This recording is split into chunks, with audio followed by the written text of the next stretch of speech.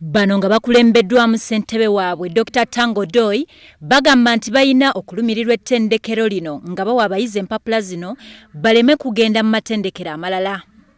Ku ntandikwa ya Ssabbiiti eno abakozi abakola ku matendekero ga gavumenti gonna mu ggwanga bateeka ebikola wansi nga baagala minisitule y'ebyensimbi eteeke mu nkola ekiragiro ky'omukulembeze w'eggwanga eky'okubongeza ensimbi zaabwe obuwumbi 28 nga bwe kyalambikibwa mu mbalirira y'omwaka guno.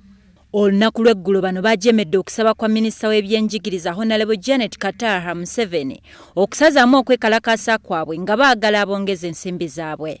Waliwo akakunda kalya ssente z'abakozi pensioners ke kakundi kamwera akagala kulya ssente za Facebook nga kajja nga kabaliira engeri gye kasobola kukola ki kufiisaako.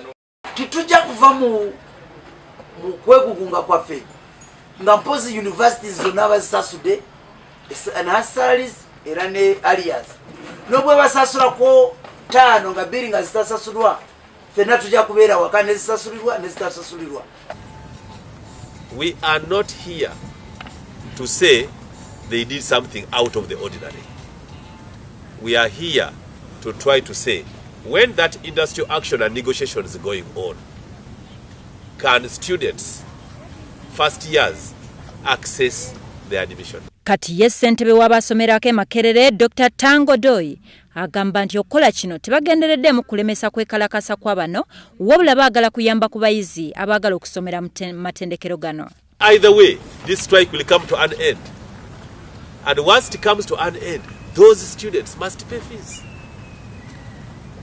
So while we support industrial action and negotiation, we are also saying these very students who want in Makerere must be able to pay fees. And that fees is part of the revenue that the university again will use to make sure they solve the financial problems of the staff. Omwogezi w'ekibiina kino Dr. Deus Kamunyo ategeezza nti bamaze okusaba olukusa okuva eri abakulira Ssetendekero ono okukola kino era ono ayongeddeko nti n'amatendekero amalala ga gavumenti gafunye dda abagayambako okukola kino. Ngaba convocation tusazeewo ekyo tujja kukikola bajja kusanga abaana bali mu class nga balina admission letters ate batandika emirimu ate batukiriza kumacha twa consultinze ne chairperson wa massa natugamba nti basalawo nga associations okuwaayo admission letters kugende mu maaso. Tango Doi ayongeddeko nti bo bagenda kukozesa nsimbi zaabwe okuva mu kibiina ekibagatta okusasula abakozi bano abagenda okuyamba ku bayizi.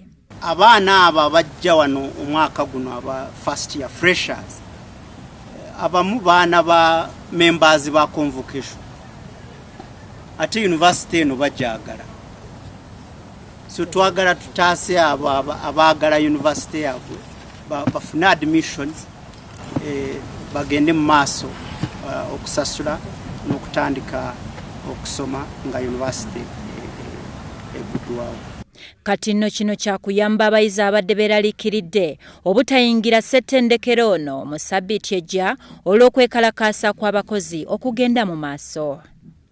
Tenywa Isaac ku lwa WBS Amasunsule.